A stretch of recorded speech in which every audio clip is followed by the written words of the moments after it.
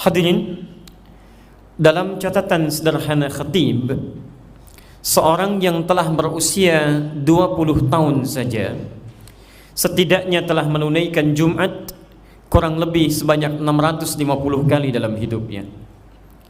Bila seorang berusia 30 tahun setidaknya telah menunaikan Jumat kurang lebih 1150 kali dalam hidupnya. Jika seorang berusia 40 tahun setidaknya telah menunaikan Jumat sebanyak 1650 kali dalam hidupnya. Demikian seterusnya. Namun pertanyaan besarnya, dari sekian ratus dan ribu kali menunaikan Jumat itu, adakah di antara yang telah menunaikan Jumat itu paham tentang hakikat Jumat ini? Mengapa ibadah ini diwajibkan sebagai pengganti zuhur? Apa hakikat di balik ibadah Jumat ini? Atau bahkan jangan-jangan dari sekian ribu Jumat yang pernah ditunaikan itu, umumnya bahkan tidak mengerti, tidak paham tentang kewajiban Jumat ini, sehingga kebanyakan sekedar datang, duduk, mendengarkan khutbah, kadang-kadang ngantuk bahkan tertidur. Setelah itu menunaikan salat 2 rakaat lantas pergi berpisah begitu saja. Jumat tidak menjadi ritual yang penuh dengan hakikat, namun menjadi sebatas ibadah formalitas dalam sepekan satu kali itu. Untuk itulah hadirin sekalian, dalam kesempatan Jumat ini kita mencoba melabuhkan hati kita pada ketentuan Allah dan Rasulnya sallallahu alaihi wasallam mengenai hakikat Jumat dalam Al-Quran dan Sunnah Rasulullah sallallahu alaihi wasallam. Hadirin, jauh sebelum masa Nabi sallallahu alaihi wasallam dilahirkan, umat jahiliyah sudah memiliki tradisi, budaya, bahkan aktivitas dalam sepekan yang mereka jalani dengan profesi yang berbeda-beda. Ada di antara mereka yang beraktivitas berprofesi sebagai pedagang, tujar. Ada di antara mereka yang bahkan dikenal sebagai artis, pujangga, syu'ara. Ada di antara mereka yang masya Allah aktivitasnya sibuk mencari mantra-mantra, dikenal sebagai dukun, kahin. Bahkan ada juga di antara mereka yang membuat rumus-rumus untuk mencelakai orang yang disebut dengan sahir atau tukang sihir. Semua bekerja beraktivitas dalam sepekan. Dimulai di hari pertama disebut dengan Al-Ahad. Hari kedua mereka namakan dengan Isnin, diserap ke dalam bahasa Indonesia menjadi Senin. Hari ketiga mereka namakan dengan Thulatha, dari kata Thalatha, diserap ke dalam bahasa Indonesia menjadi Selasa. Hari keempat mereka namakan Al-Arbi'ah, dari kata Arba'ah, diserap ke dalam bahasa Indonesia menjadi Rabu. Hari yang kelima mereka sebut dengan Yaumul Khamis, dari kata Khamsah, diserap ke dalam bahasa Indonesia menjadi Kamis. Dalam 5 hari sepekan ini mereka beraktivitas. Yang pedagang sibuk dengan bisnisnya, bahkan ada yang merantau keluar wilayah Hijaz. Yang penyair ada yang pergi ke lembah-lembah mencari inspirasi, menuliskan lirik-lirik pujangga mereka. Kemudian ada di antara mereka yang kahin, dukun, mulai mencari rumusan-rumusan mantra ajaibnya, sampai tukang sihir mencari kalimat-kalimat untuk santet dan sihirnya. Hadirin, apa tujuannya? Ternyata Masya Allah dalam sepekan ini mereka menantikan hari yang ke-6 yang mereka sebut dengan nama Yaumul Arubah. Setelah Yaumul Khamis, hari Kamis, maka mereka namakan hari yang ke-6 dengan Yaumul Arubah, hari berbangga diri sebagai seorang Arab yang sukses. Maka mereka akan berkumpul di hari yang ke-6 ini di pusat-pusat hiburan yang dikenal dengan Al-Aswaq. Ada Suq Dumatu Jandal, ada Suq Uqaf, dan puncaknya semua itu akan ditampilkan di sekitaran Ka'bah untuk ditandingkan satu dengan yang lainnya. Maka hasil usaha dari 5 hari ke belakang dalam sepekan ini, itu yang akan dipamerkan, ditampilkan, berbangga diri siapa yang paling hebat berusaha dalam sepekan ke belakang itu. Orientasinya mutlak dunia semata. Maka ketika orang yang punya banyak pekerjaan dan punya banyak hasil mengumpulkan harta dalam sepekan, maka akan dibandingkan satu dengan yang lainnya. Yang paling unggul, maka dia akan diangkat sebagai hartawan yang terpandang di masanya. Demikian para pujangga. Siapa yang paling hebat menyusun syairnya, membentuk liriknya, maka hasil-hasil syairnya akan dituliskan dengan tinta emas, kemudian ditempelkan di dinding Ka'bah, diberi nama dengan mu'allaqat, yang kelak akan diganti menjadi kain kiswah Ka'bah itu. Maka ada orang-orang dikenal dengan nama Imrul Qais, ada Zuhair bin Abi Sulma, ada Al-Hutai'ah, di antara pujangga-pujangga pada masa dulu yang bahkan syairnya dituliskan dengan tinta emas, ditempelkan di dinding Ka'bah. Hadirin, demikian pula dengan para dukun kahin atau kuhan. ada para sahir yang paling hebat mantranya, paling ajaib sihirnya, maka mereka akan diangkat sebagai tokoh yang jadi panutan di masanya. Demikian hadirin, maka yang paling hebat ditunjuk dengan nilai materinya, ditunjuk dengan nilai keindahan sastranya, ditunjuk dengan nilai keajaiban materi, bahkan keajaiban mantra-mantranya. Dengan itu, maka yang kaya semakin kaya, sekatnya semakin jauh dengan yang paling fakir. Yang budak tetap menjadi budak, yang kaya tetap menjadi hartawan, yang penguasa tetap menjadi terpandang. Tidak ada sekat di antara mereka semua kecuali sekat-sekat materi keduniaan. Hadirin, ini terus berlangsung sampai masa Nabi Muhammad SAW dilahirkan, sampai beliau diangkat menjadi rasul. Bahkan kenyataan ini pun hadir sampai dakwah beliau SAW berjalan terus kemudian di kota Makkah Al-Mukarramah, hingga tibalah sesaat sebelum hijrah ke Madinah, Allah Subhanahu wa taala menurunkan satu wahyu yang dengan wahyu ini kelak akan menjadikan orang-orang beriman sebagai miniatur perubahan yang akan merubah cara hidup, cara pandang dan pola kehidupan di masa-masa jahiliyah itu. Turunlah Quran surah ke-62 Al-Jumu'ah ayat ke-9 itu, posisi paling kiri sebelah atas di mushafnya. Hadirin perhatikan kalimat wahyu yang turun itu. Ya ayyuhalladzina amanu idza nudiya lis-salati min yaumil jumu'ah fas'au ila dzikrillah wa dharul bai' dzalikum khairul lakum in kuntum ta'lamun. Hadirin, turun Quran surah ke-62 ayat ke-9. Tiba-tiba dengan turunnya ayat itu, Masya Allah, turun pula ketentuan-ketentuan yang merubah perilaku-perilaku yang dikenal dengan Yaumul Arubah itu. Kalimat pertama yang turun lewat ayat ini, perhatikan ayatnya. Ya ayyuhalladzina amanu, hei orang-orang yang telah menyatakan dirinya beriman kepada Allah, yang telah tunduk pada ketentuan Allah. Mulai saat ini akan ada perubahan cara hidup, perubahan pola dalam kehidupan yang harus membedakan antara orang beriman dengan orang-orang jahiliyah, orang yang telah punya iman dengan yang belum punya iman, orang yang mengaku muslim dengan orang yang belum muslim. Perhatikan kalimatnya. Idza nudiya lis-salati min yaumil jumu'ah. Hal pertama yang dilakukan oleh Allah Subhanahu wa taala dengan turunnya ayat ini adalah merubah aturan nama dari Yaumul Arubah untuk orang beriman Yaumul Jumu'ah. Untuk orang belum beriman Yaumul Arubah, hari hanya untuk pamer, hanya untuk pesta, mencari kegiatan dunia dalam sepekan, tujuannya untuk berbangga-bangga saja. Untuk orang beriman tidak. Idza nudiya lis-salati min yaumil jumu'ati fas'au ila dzikrillah. Pertama kata Al-Qur'an, harinya diganti menjadi al-jumu'ah dan orientasi kehidupannya berubah dari arubah menjadi zikrullah. Zikrullah. Hadirin, apa yang dimaksud dengan jumu'ah? Dalam bahasa Arab, al-jumu'ah berasal dari kata al-jam'u asalnya, yaitu sesuatu yang berkumpul untuk saling menguatkan dan memberikan perhatian. Jadi bukan sekedar berkumpul, tapi dengan perkumpulan itu terjalin kekuatan dan saling memperhatikan satu dengan yang lainnya. Kalau cuma sekedar kumpul, dalam bahasa Arab disebut dengan wahdah, kumpul, menyatu. Kalau cuma sekedar kumpul-kumpul, datang, jangankan Anda yang beriman, yang tidak beriman pun bisa kumpul. Jangankan Anda yang muslim, yang bukan muslim pun bisa berkumpul. Tapi orang Islam tidak. Dengan turunnya ayat ini, hei, yaumul jum'ah, idza nudiya lis-salati min yaumil jum'ah. Hari yang tadinya cuma kumpul-kumpul, rame-rame, foya-foya, pamer-pamer, Masya Allah, yang tidak memperhatikan satu dengan yang lainnya. Begitu turun ayat ini, Masya Allah, Yaumul Jum'ah, diundang oleh Allah Subhanahu wa ta'ala, dipindahkan tempat kumpulnya, bukan dari tempat-tempat kebanggaan untuk pamer lagi, bukan tempat untuk berhibur lagi, tapi langsung diundang ke rumah Allah Subhanahu wa ta'ala. Untuk apa? Jum'ah, untuk berkumpul, tidak sekedar berkumpul, tapi saling menguatkan satu dengan yang lainnya, saling mengenali satu dengan yang lainnya, saling memperhatikan satu dengan yang lainnya.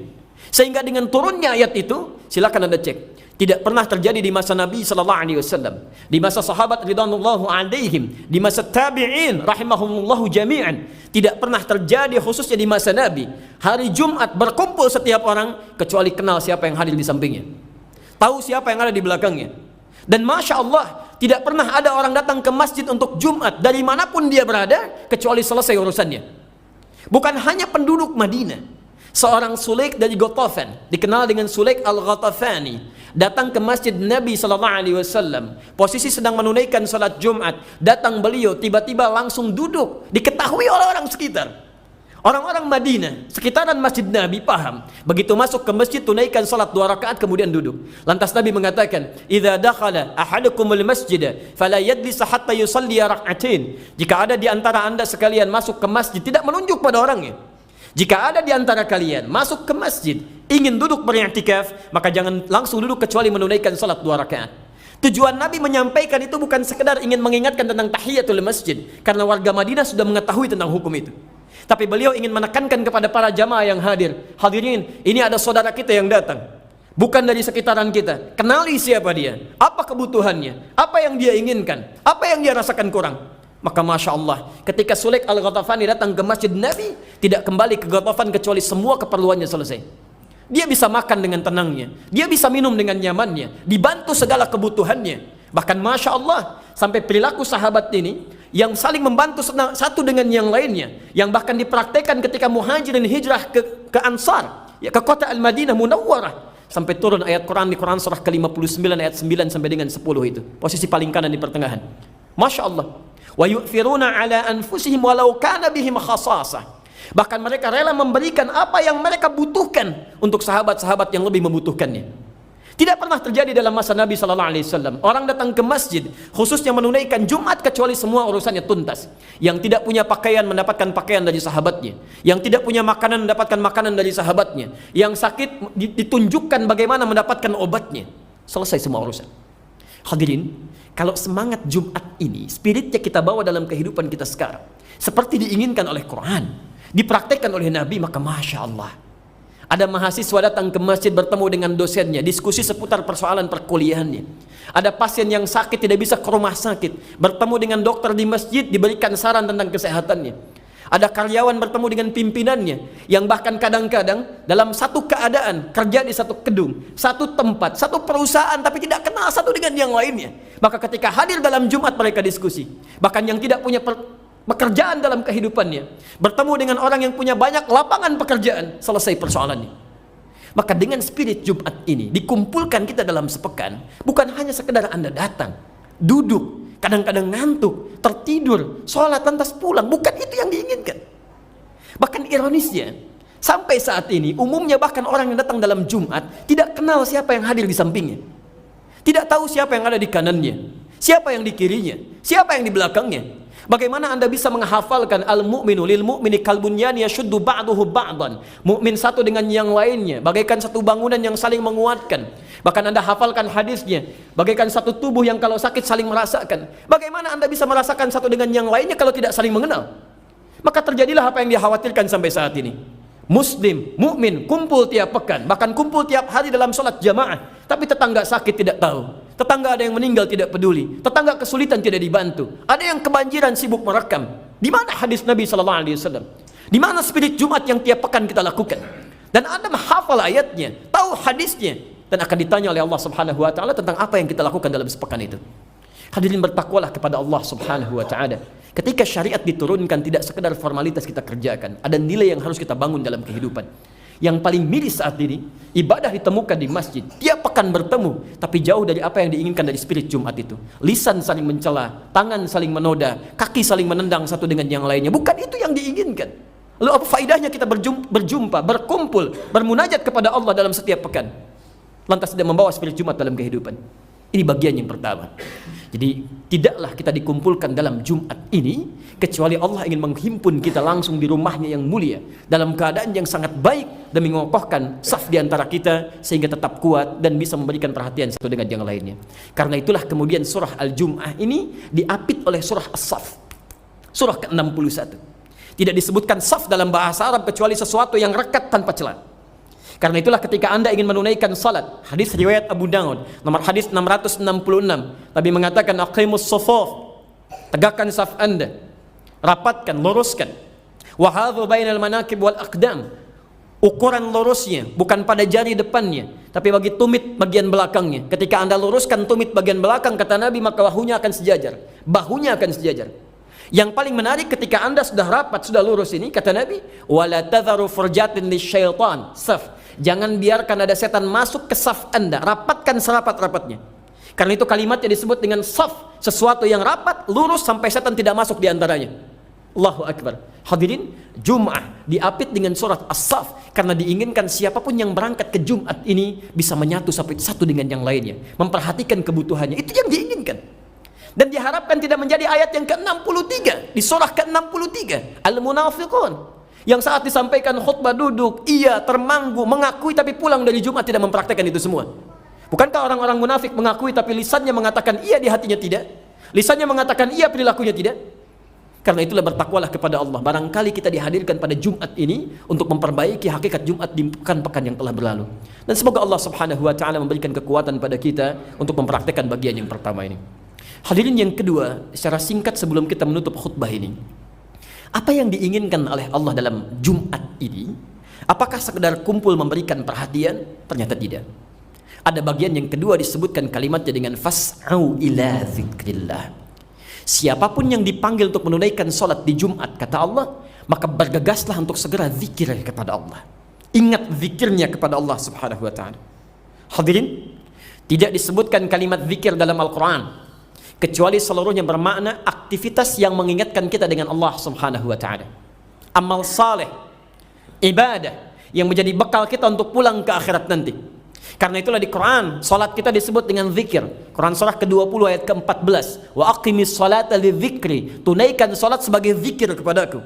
Anda baca Al-Quran disebut sebagai zikir karena Quran disebut dengan zikir.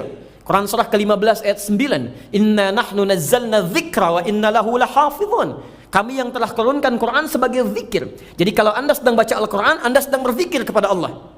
Allahu Akbar, menghafal Quran itu bagian dari zikir. Disebutkan 4 kali di surah ke-54 itu. Ayat ke-17, ayat ke-22, ayat 32, ayat ke-40. Walaqad yassarnal Qur'ana lidzikri fahal mim muddakir. Kami sudah mudahkan Quran untuk dihafalkan. Kalimat menghafal yang menggunakan kata zikir. Yang dengan menghafal Quran lebih ingat Anda kepada Allah Subhanahu wa taala. Kalimat-kalimat thayyibah yang Anda bacakan setelah salat, subhanallah, alhamdulillah, Allahu akbar, itu zikir. Quran surah ke-4 ayat 103, posisi paling kanan di pertengahan. Fa idza qadaitumus salata fadhkurullaha. Jika Anda telah tuntas menunaikan salat, segera berzikir kepada Allah Subhanahu wa taala. Bahkan kalau zikir Anda benar, setiap aktivitas Anda akan menjadi zikir karena Allah Subhanahu wa taala. Makannya zikir, minumnya zikir, kerjanya zikir. Quran surah ketiga ayat 191. Alladzina yadhkurunallaha qiyaman wa qu'udan wa 'ala junubikum. Ketika makan ingat Allah, minum ingat Allah, kerja ingat Allah, dan semuanya teringat dengan Allah Subhanahu wa taala. Hadirin, sebelum bicara yang jauh-jauh, kita coba ambil zikir yang ritual dulu. Dalam sepekan ini kata Allah fas'au ila dzikrillah. Di antara makna zikir salat. Dari sepekan ke belakang, berapa kualitas dan kuantitas salat yang telah kita tingkatkan di hadapan Allah Subhanahu wa taala sebagai bekal kita untuk pulang ke akhirat nanti. Jangan-jangan mohon maaf sebesar-besarnya, ya, kita untuk mengejar dunia yang sementara saja, berangkat gelap, pulang gelap, segala dikumpulkan, rumah semakin luas, kendaraan semakin banyak, padahal kita sadar satu saat kita akan meninggal dan semua itu tidak akan dibawa. Yang dibawa hanya bekal ibadah saja. Maka demi Allah kami katakan, kalau untuk urusan sementara, dunia yang sementara saja Anda begitu seriusnya merencanakan dan mengerjakan, maka bagaimana dengan bekal akhirat Anda yang akan dibawa pulang? Karena itulah saat Jumat Anda dikumpulkan, diingatkan kalau kamu diwafatkan sekarang, bekal apa yang sudah akan kamu siapkan dan kamu bawa? Jangan-jangan kemarin belum sempat sholat berjamaah, kemarin cuma 3 waktu, maka mulai Jumat ini harus 5 waktu. Jangan-jangan kemarin baru sempat fardunya, sunnahnya belum dikerjakan, diberi kesempatan hari ini tambahkan dengan sunnahnya. Jangan-jangan kemarin belum baca Al-Quran, diberikan kesempatan Jumat ini, fas'au ila dzikrillah, ayo cepat cari bekal. Sekarang hadirin, jika Anda tidak memulai saat ini, di Indonesia saja, saat ini, anak-anak 4 tahun, anak 5 tahun, di antara mereka bahkan ada yang buta, sudah menghafalkan Quran 30 juz. 30 juz. Dan khatib menyaksikan, ada sekelompok yang rata-rata, 4 tahun, 5 tahun, rata-rata 30 juz, paling sedikit 5 juz. Ada anak diberikan 4 tahun, 5 tahun, mata buta hafal Quran. Anda diberikan 40 tahun, 50 tahun, sampai hari ini untuk baca Quran saja belum punya waktu. Dan Anda menginginkan masuk surga. Apa yang sudah Anda siapkan sampai dengan Jumat ini? Hadirin, ada sekelompok anak di Bekasi, usia 4 tahun, 5 tahun. Sebelum maghrib adzan dikumandangkan, 5:30 sudah datang ke masjid, membawa tas mereka, sholat berjamaah. Ba'da maghrib mereka menghafal Quran, menunggu isya, isya berjamaah lagi. Ba'da isya mengulang hafalannya, pulang 8:30, berzikir kepada Allah Subhanahu wa taala. Ada anak belum baligh, sebelum dipanggil adzan dia sudah datang. Antum dikasih 40 tahun, kalau belum sampai tiba di masjid dalam kesempatan adzan saja, Anda kalah sama anak usia 4 tahun. Ba'da maghrib Anda tidak jamaah isyanya di masjid, Anda kalah sama anak usia 4 tahun. Anda tidak pernah mulai membaca Quran, Anda kalah sama anak usia 4 tahun. Hadirin, anak yang belum balik saja sudah menyiapkan bakal menuju Allah, maka bagaimana dengan kita yang akan pasti hisabnya? Karena itu bertakwalah kepada Allah Subhanahu wa taala. Atau jangan-jangan yang Jumat pun cuma sekali sepekan Anda masih abaikan juga. Datang paling belakangan, Masya Allah. Dalam keadaan demikian tidak fokus juga mendengarkan nasihatnya. Anda masih bikin forum sendiri. Anda kerjakan hal kepentingan Anda, hanya sekedar formalitas saja, dan Anda mengharapkan untuk masuk surga. Di mana keinginan kita di hadapan Allah Subhanahu wa taala? Karena itu bertakwalah kepada Allah Subhanahu wa taala.